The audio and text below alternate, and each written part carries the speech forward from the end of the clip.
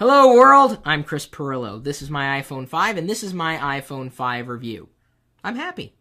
It's been a good upgrade. I've used every iPhone that Apple's released, and that's kind of the bottom line with an experience. As long as you're happy with your choice, well, that's all that matters. I've been happy with my choice, and that's what I wanted to share with you. My review, after having used this regularly, day and night, for the past couple of weeks, ever since unboxing it live on YouTube. It's the black iPhone, 64 gig capacity, because I need as much space as I could possibly get for all the apps, because I am kind of an app addict, no matter what the platform happens to be.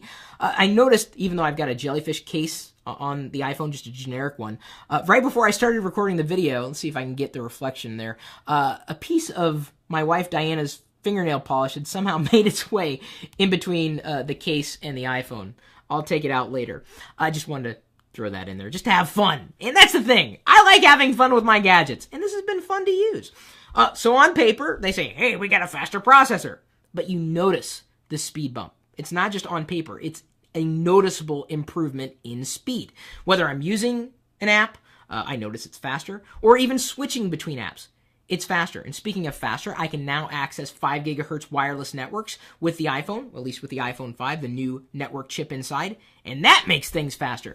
I also happen to be in an area of the world where I can access LTE, and that's just a new improvement here in the Seattle area. And yes, it's noticeably different than non-LTE networks. I'm very, very happy, very, very grateful I have that. But even if you do not have access to a faster wireless network, it's still a better iPhone than earlier iPhones. And that's the thing. I don't really want to compare it with other smartphones in this video. I'm really talking about the iPhone experience or the iOS experience, because a lot of people are on older iOS devices wondering if they should be upgrading. Would I recommend everybody go out and upgrade?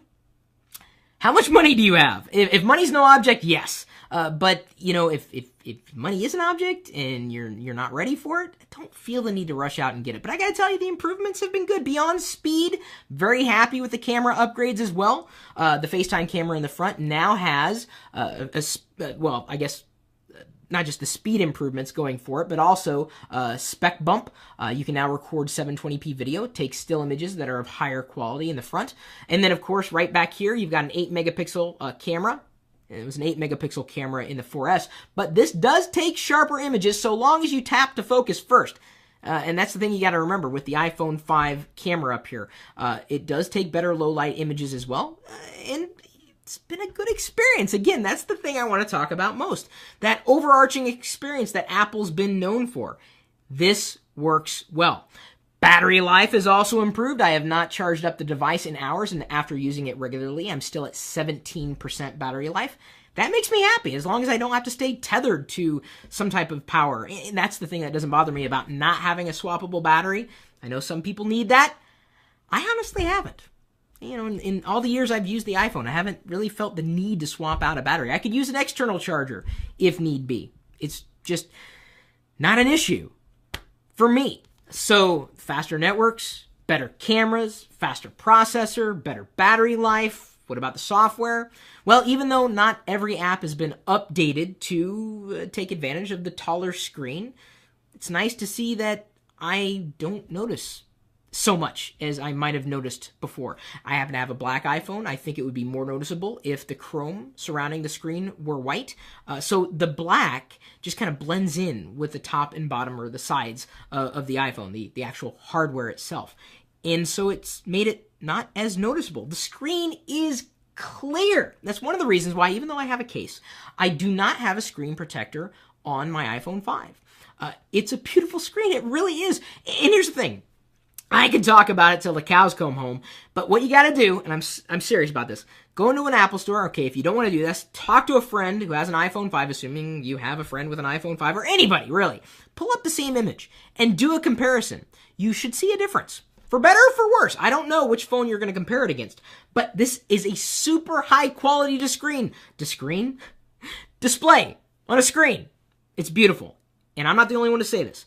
LED and LCD experts have come out and said, dude, this is a really good screen. It's a good screen. I like it. It makes me happy. It's so happy I don't even want to protect it, even though, yes, the smudges do drive me nuts. Yes, I am just as happy, and I realize it's odd to say, just as happy with a 3.5-inch screen on the older iPhones as I am with a 4-inch screen. It's taking some getting used to. I can swipe my thumb mostly around the screen, but I just have to hold it differently. I'm just as happy with a taller screen as I am with a shorter screen. And I think that's okay to say. It's been a good experience overall. Fast, it's been better, clearer. What else do you want to know? I've been happy, and I think other iPhone 5 owners have been happy as well. Yes, there have been some software glitches. Of course, it's going to happen. Nothing, despite what anybody would say, is perfect.